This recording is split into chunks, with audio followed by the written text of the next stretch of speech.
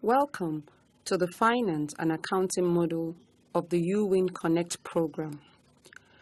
The objectives of this module is to help you, first of all, identify the functions of accounting information in the decision-making process. Next is to help you explain the elements of financial statements, followed by identifying different types of cost in a business. Also help you identify and define what cost control really means, and lastly, help you create cost consciousness in an enterprise. This module is broken down into 3 major sections: using and analyzing financial statements, section 1, controlling costs, section 2, working with budgets, section 3. Using and analyzing financial statements, section 1. This section is broken down into sub-sessions. The first session we are going to look at is the role of accounting in decision-making process. Accounting information and decision-making process. To make informed decisions, accounting information is very important. We are looking at 3 major types of decisions in accounting. Number 1, business decisions. Number 2, investing decisions. Number 3, financial decisions. Business decisions are the day-to-day decisions you make for the operations of the business, while investing decisions are decisions you make that helps you to expand the capacity or the production of the business or the earnings of the business. Lastly, financial decisions are decisions that has to do with funding of your operations. Should we borrow? Should we get more equity players? All these decisions have to be made based on accounting information. Accounting information is an important source of financial information in the management information system. Accounting information plays a key role in formulating the financial information provided to information users. We are going to look at the classifications of accounting information. Accounting information is classified into 2 major groups. The first group is financial accounting information. The second group is management accounting information. Financial accounting information is designed to support management and other external users like investors and lenders in their decision-making related to the allocation of resources, investment, and credit.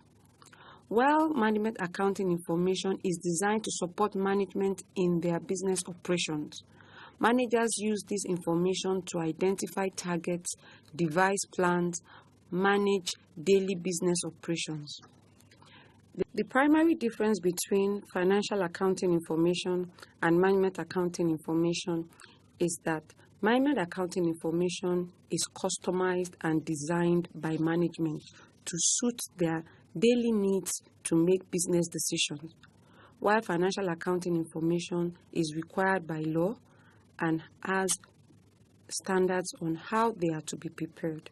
This takes us to the next session, which is the elements of financial statements. Financial statements are reports that gives us information about what is happening in a business. For the purpose of this module, we are going to look at 3 major financial statements. The first one is the balance sheet, also known as the statement of financial position. The second one is the income statement, and the third one is the statement of cash flow. Let's look at the balance sheet. The balance sheet is a report that reflects the overall picture of existing assets in the company and its financing sources as at a specific date. The balance sheet as a report gives us all the assets that the company owns as at a specific date and how these assets are funded. So you always usually see assets equal to the total liability and total owner's equity in a balance sheet. It is also referred to as the value of a business as at a specific date. An example of a balance sheet is the exercise we are looking at where Philip opened a photocopying shop on the 1st of of July 2005. The assets of the shop include a brand new photocopier valued at 25 million naira and 5 million naira in cash. To acquire these assets, Philip borrowed 20 million naira from his family and the rest come from his savings. The total assets that Philip has is the photocopier, which is 25 million, and cash of 5 million. The total comes to 30 million. 20 million is funded by the loan from his family, while the 10 million is funded by his own funds, which we call owner's equity. So what do we mean by assets when we say the balance sheet is made up of assets, liability, and owner's equity? Assets are the resources managed by the company that can produce future benefits. The asset must fulfill three major conditions before it can be referred to as an asset. Number one, it must have economic benefit. The asset must have a price that it can be reasonably determined by, and it must have an original price. The assets are what the company owns and it uses to produce economic benefit. We are going to look at assets under two major categories: short-term assets and long-term assets. Short-term assets are assets that have a lifespan of 12 months or less. Examples include the cash you have in hand. They always change in value almost every day. Short-term investment like call deposit or a fixed deposit. Accounts receivable, which also means the same thing as your customers you have sold to and are still owing you. Inventory also means the same thing as stock. This could be your raw materials, your finished goods, or work in progress. We have the second category of assets referred to as long-term assets or non-current assets. These are assets that you have and they are there for over 12 months. Examples include building, land, real estate investment, or other long-term investments that expand beyond 12 months. Let's look at the next component of the balance sheet, referred to as liabilities. Liabilities are the current obligations that derive from past transactions that are paid from resources. Examples of liabilities include accounts payable, which means the amount you owe your suppliers for goods they have supplied you have not paid for. Another example are accruals, which represent expenses you have enjoyed or incurred but you have not paid for. For example, the electricity bill that you have not paid for, or salaries that the business has incurred but not paid for. Whatever is owed by the business is referred to as a liability. A good one is a loan you collect from the bank. Let's look at the two major categories of liabilities. We have current liabilities and non-current liabilities. Current liabilities are the obligations you need to fulfill within 12 months or less. Examples of current liabilities are short-term borrowings, accounts payable, which means the same thing as your trade creditors, suppliers who you have collected goods from but you are yet to pay, while non-current liabilities are obligations you need to fulfill over 12 months. For example, a long-term loan, a loan that you need to pay back over a period of 2 years, 3 years, 5 years. Those are examples of non-current liabilities. Let's look at the last item in the balance sheet, owner's equity. Owner's equity is the shareholder's own capital value. This is represented by two major components in the balance sheet. The first is the capital contributed by the owners of the business and sometimes investors. The second component is referred to as the retained earnings or retained profit in the business. Retained earnings or retained profit is the profit that is plowed back into the business, while contributed capital represents the amount of money injected into the business by the owner or the owners of the business. We have covered the three major components of the balance sheet: assets, liabilities,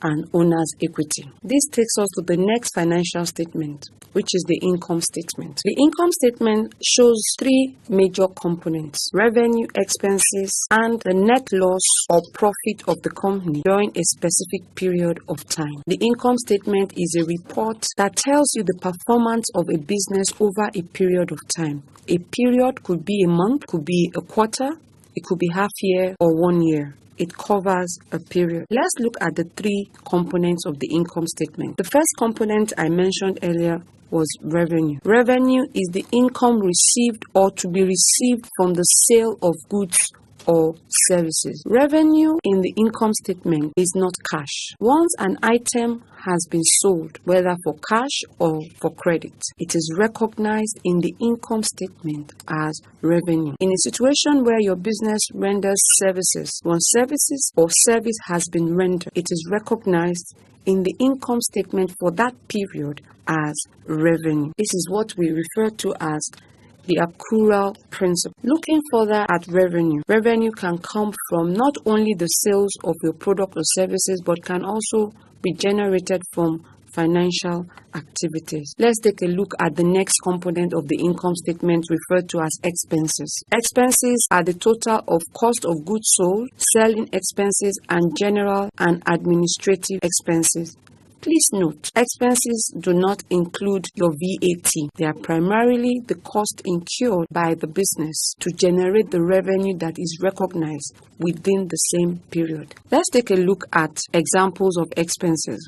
We have operating expenses, which includes your selling expenses, general and administrative expenses, your cost of goods sold. We also have financial expenses, which includes borrowing interest, exchange loss that you might incur during the operations of a business. Depending on your type of business, whatever expense you incur can fall into any of these categories. Let's now look at the last component of the income statement, which we refer to as profit. Profit is derived from the difference between revenue and expenses. You have a profit when the revenue generated is more than the expenses incurred, while you have a loss when the expenses incurred is more than the revenue generated. When you deduct all your expenses that you have incurred over a period of time from the revenue you have generated during this same period of time, whatever you have left with is either a profit or a loss. A profit when revenue exceeds expenses,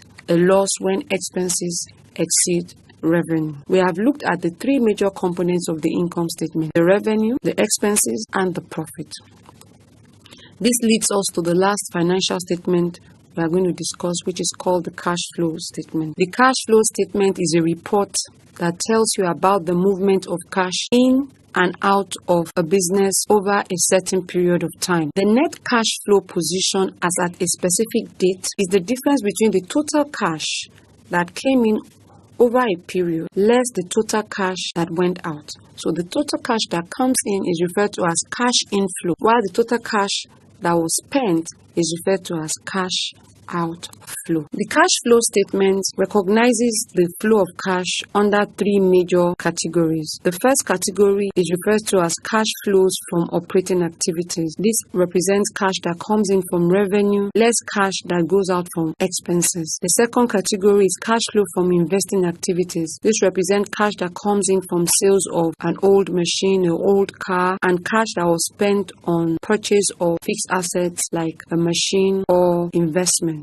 The last category is cash flow from financing activities. Cash can come in from lending, cash can come in from additional investors bringing in capital into the business, while cash can go out by repayment of loans or paying back dividend to investors. Those are the three major operating activities: investing activities, financing activities. These are the three activities that define the movement of cash in and out of a business, of